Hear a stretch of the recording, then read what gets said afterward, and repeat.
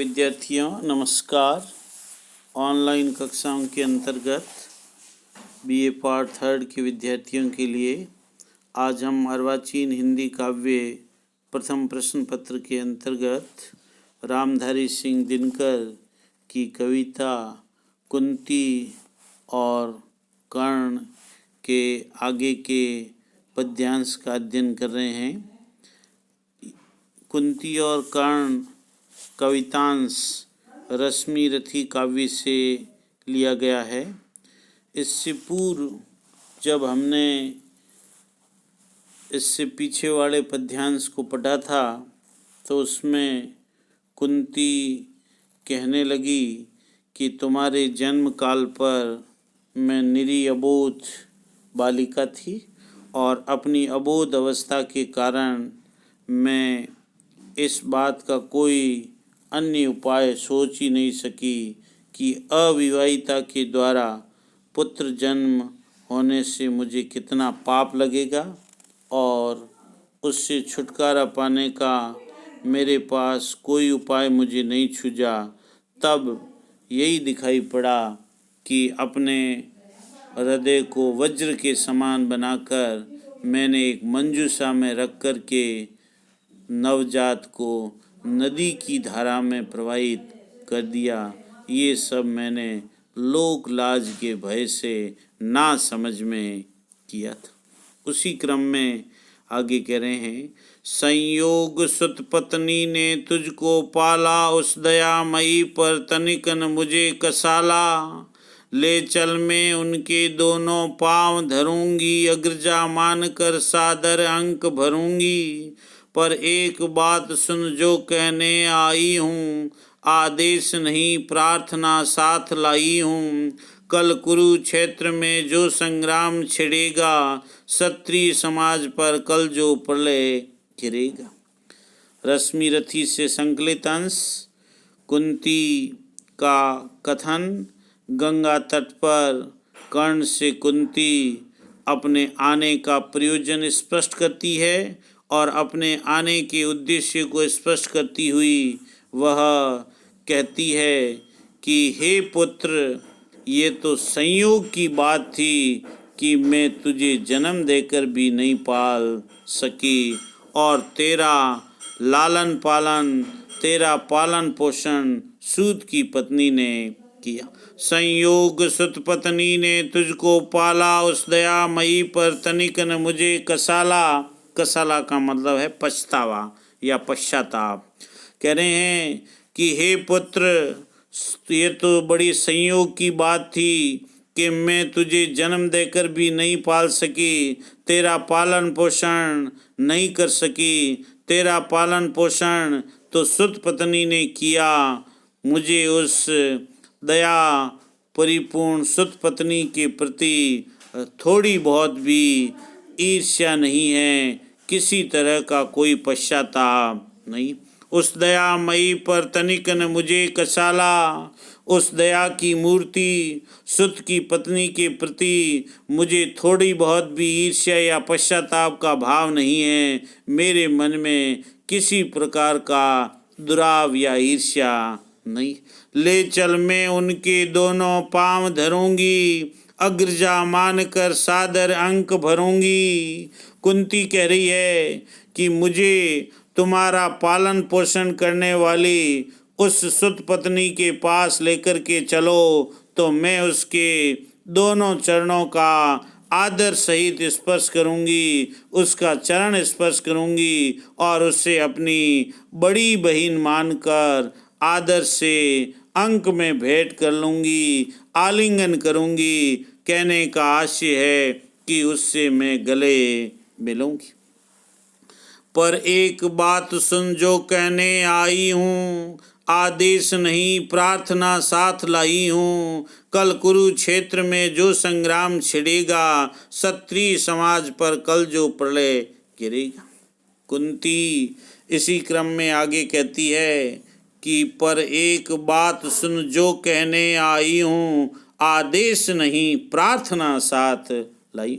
कुंती इसी क्रम में निवेदन कह रही है कि मैं यहाँ पर तुमसे एक बात कहने के लिए आई हूँ, इसे मेरा आदेश न मानकर मेरी प्रार्थना समझ, पर एक बात सुन जो कहने आई हूँ। कुंती कहती है कि जरा एक बात मेरी सुन लो, यहाँ पर तुमसे मैं एक बात कहने के लिए आई हूँ, इसे मेरा आदेश न मानकर मेरी प्रार्थना ही समझना। और मेरी प्रार्थना यह है कि कल कुरुक्षेत्र में जो संग्राम छिड़ेगा, क्षत्रिय समाज पर कल जो प्रलय घिरेगा, मेरी प्रार्थना यही है कि कल जो अवश्यंभावी कुरुक्षेत्र के मैदान में भयानक कौरवों और पांडवों के बीच का युद्ध छिड़ने वाला है, उसमें जो महाविनाश होगा तथा क्षत्रिय वीरों के लिए प्रलय का तांडव होगा। मेरी प्रार्थना यह है कि कल कुरुक्षेत्र के मैदान में भयानक कौरवों और पांडवों के बीच संग्राम छिड़ने वाला है, उसमें महाविनाश होगा तथा क्षत्रिय वीरों के लिए प्रलय का तांडव होगा।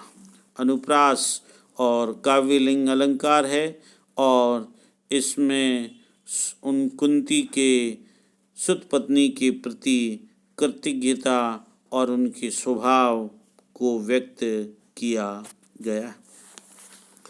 उसमें न पांडवों के विरुद्ध हो लड़तूं, मत उन्हें मार या उनके हाथ मरतूं। मेरे सुत को ही मारे, हो क्रुद्ध परस्पर ही प्रतिशोध उतारे। ये विकट दृश्य मुझसे न सहा जाएगा, अब और न मुझसे मूक रहा जाएगा। जो छिप कर थी अब तक कुरेदती मन को, बतला दूंगी वह व्यथा समग्र भुवन को। भुवन यानी संसार। क्या करें? उसमें न पांडवों के विरुद्ध हो लड़तू, मत उन्हें मार या उनके हाथों मरतूं। मेरे सुत को ही मारे, हो क्रुद्ध परस्पर ही प्रतिशोध उतारे।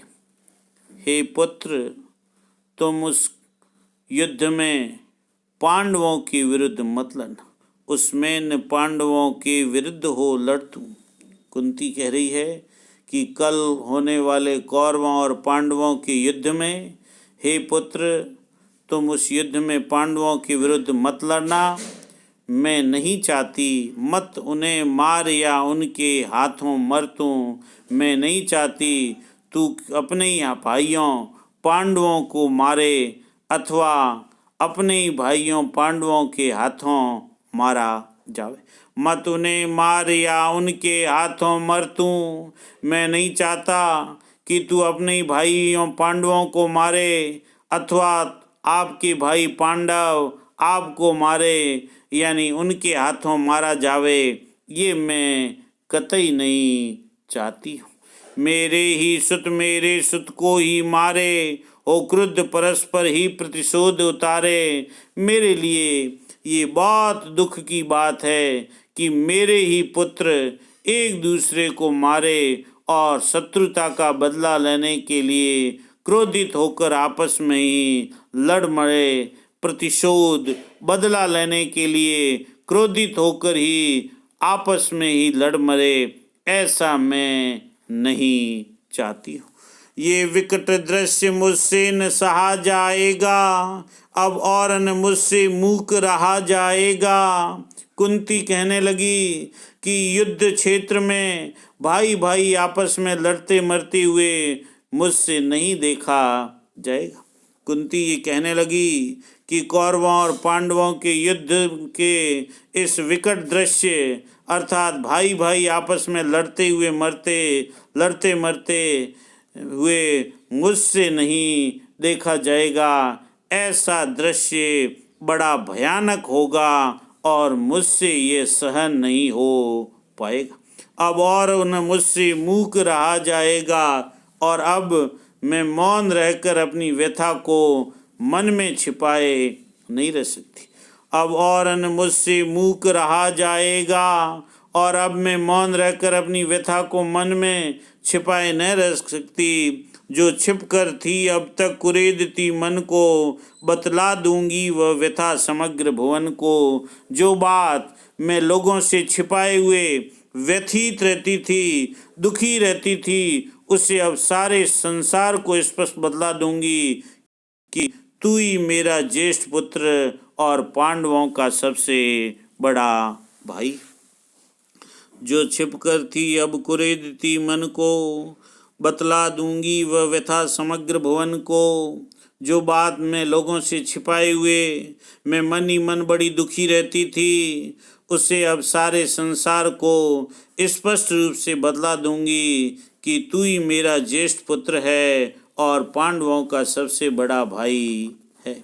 अनुप्रास और काव्यलिंग अलंकार है और कुंती के मातृत्व हृदय की व्यथा का यथार्थ चित्रण। भागी थी मुझको छोड़ कभी जिस भय से, फिर कभी न हेरा तुझको जिस संशय से। उस जड़ समाज के सिर पर कदम धरूंगी, डर चुकी बहुत अब और न अधिक डरूंगी। थी चाह पंख मन का प्रक्षालित कर लूं, मरने के पहले तुझे अंक में भर लूं। वह समय आज रण के मिस से आया है, अवसर मैंने भी क्या अद्भुत पाया। कुंती कह रही है, भागी थी तुझको छोड़ कभी जिस भय से, फिर कभी न हेरा तुझको जिस संशय से। समाज के भय से, लोक लाज से मैं जिस अबोध नवजात पुत्र को छोड़कर ऐसे भागी थी कि कभी मैंने फिर लौट करके भी पीछे नहीं देखा। अर्थात लोक लज्जा के भय से तथा पतित आचरण की आशंका से परित्यक्त पुत्र को कभी मैंने हेरने वापस देखने का प्रयास भी नहीं किया। भागी थी तुझको छोड़ कभी जिस भय से, फिर कभी न हेरा तुझको जिस संशय से। कुंती कर्ण से कह रही है कि समाज के भय से मैं तुम्हें अबोध नवजात पुत्र को छोड़कर ऐसे भागी थी, कभी लौट कर भी नहीं देखा। कहने का आशय यह है कि लोक लज्जा के भय से तथा पतित आचरण की आशंका से परित्यक्त पुत्र को कभी देखने का भी प्रयास नहीं किया। आगे कह रही हैं, उस जड़ समाज के सिर पर कदम धरूंगी, डर चुकी बहुत अब और न अधिक डरूंगी। वह कह रही है कि आज मैं उस हृदयहीन समाज के सिर पर अपने कदम रखूंगी, उस जड़ समाज के सिर पर कदम धरूंगी।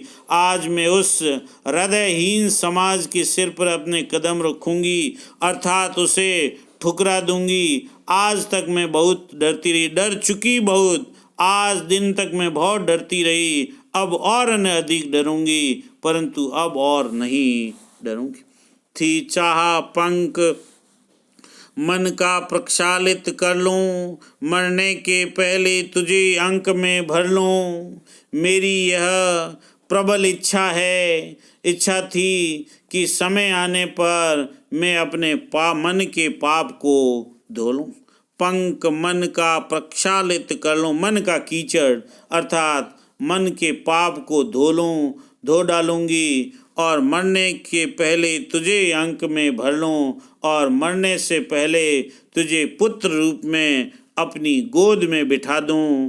वह समय आज रण के मिस से आया है, अवसर मैंने भी क्या अद्भुत पाया है। आज वह अवसर इस युद्ध के बहाने मिल गया। वह समय आज रण के मिस से आया है, वह समय आज वह अवसर इस युद्ध के बहाने मुझे प्राप्त हो गया है। अवसर मैंने भी क्या अद्भुत पाया है, ये अवसर भी मैंने बड़ा ही अद्भुत पाया है। अद्भुत अवसर मुझे प्राप्त हुआ है। अनुप्रास और काव्यलिंग अलंकार है और कुंती के आत्मभावों का यथार्थ अभिव्यक्तिकरण है। बाजी तो मैं थी हार चुकी कब की ही, लेकिन विरंची निकला कितना निर्मोही। विरंची यानी विधाता। तुझ तक न आज तक दिया कभी भी आने, ये गोपन जन्म रहस्य तुझे बतलाने। जा भूल द्वेष के जहर क्रोध के विष को, रे कर्ण समर में अब मारेगा किसको। पांचों पांडव है अनुज बड़ा तू ही है, अग्रज बन रक्षा हेतु खड़ा तू ही। कह रहे हैं बाजी तो मैं थी हार चुकी कब की ही।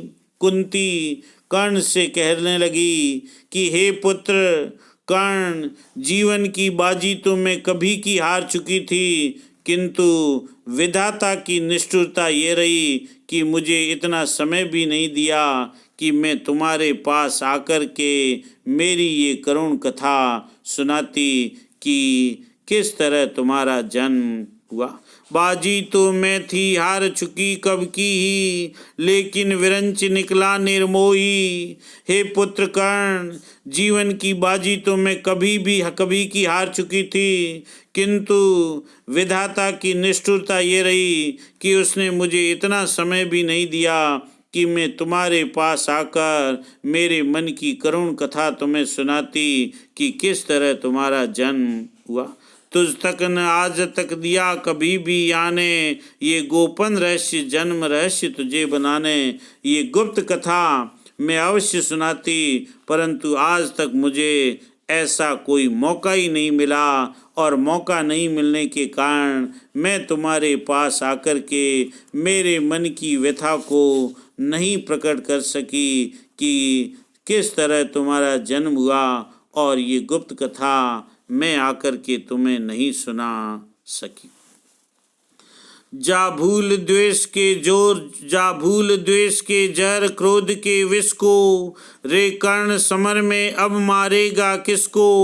पांचों पांडव है अनुज बड़ा तू ही है, अग्रज बन रक्षा हेतु खड़ा तू ही है। अब कुंती कह रही है कि जा भूल द्वेष के जहर, क्रोध के विष को, अब पांडवों से शत्रुता रखने का जहर भूल जाओ और अपने भयानक विष के समान क्रोध को भी शांत कर लो। क्या कह रहे हैं? जा भूल द्वेष के जहर, क्रोध के विष को। इसलिए हे कर्ण, अब पांडवों से शत्रुता रखने का जहर भूल जाओ और अपने भयानक क्रोध को भी शांत कर दो। रे कर्ण समर में अब मारेगा किसको। हे कर्ण, अब तू युद्ध में किसे मारेगा, क्योंकि युद्ध में तुम्हारे सामने पांचों पांडव है जो कि तेरे छोटे भाई। रे कर्ण समर में अब जा मारेगा किसको, पांचों पांडव है अनुज बड़ा तू ही है। कि हे कर्ण, अब तू युद्ध में किसे मारेगा, क्योंकि पांचों पांडव तो तेरे छोटे भाई है। अनुज, अनुज यानी छोटे भाई है, और तू ही इनका बड़ा भाई। पांचों पांडव अनुज है, अनुज बड़ा तू ही है, अग्रज बन रक्षा हेतु खड़ा तू ही है। अब इनसे युद्ध करने की बजाय तू बड़ा भाई बनकर इनकी रक्षा हेतु खड़ा हो जा। अर्थात कौरवों से पांडवों की रक्षा करो और पांडवों का अग्रज बनकर के इनके पक्ष में आ जाओ। यहाँ कुंती के मातृत्व स्नेह की व्यंजना हुई है। अनुप्रास और काव्यलिंग अलंकार का प्रयोग हुआ है। भाषा सहज और सरल है। धन्यवाद।